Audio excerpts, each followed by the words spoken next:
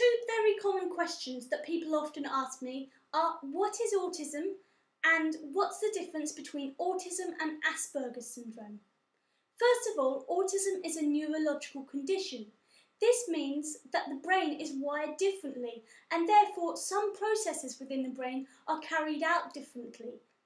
This can cause great abilities but also difficulties, and that's why it's important to support people with autism to live life to their full potential. People like Bill Gates and Einstein are likely to have had autism. Autism is such a complex condition that it's been almost subcategorised, and therefore it's become a spectrum of conditions called the autistic spectrum. What links these conditions, amongst other things, is the triad of impairments. These are three main areas that people on the autistic spectrum have difficulties with.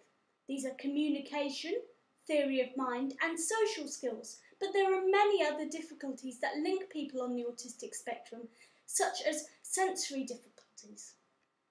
On one end of the spectrum, you have canna autism. Sometimes this is known as classic autism.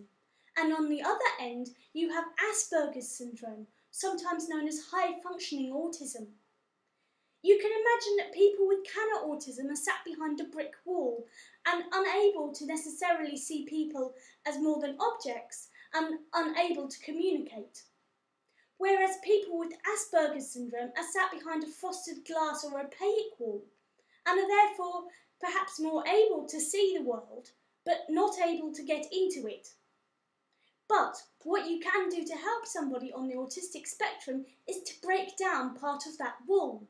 Now for me, it's verbal communication, art and music that did this for me. But for other people it will be different. And the way that autism affects people is totally unique to the person. And it's very important that when we talk about autism that we don't generalise. I hope that's been helpful.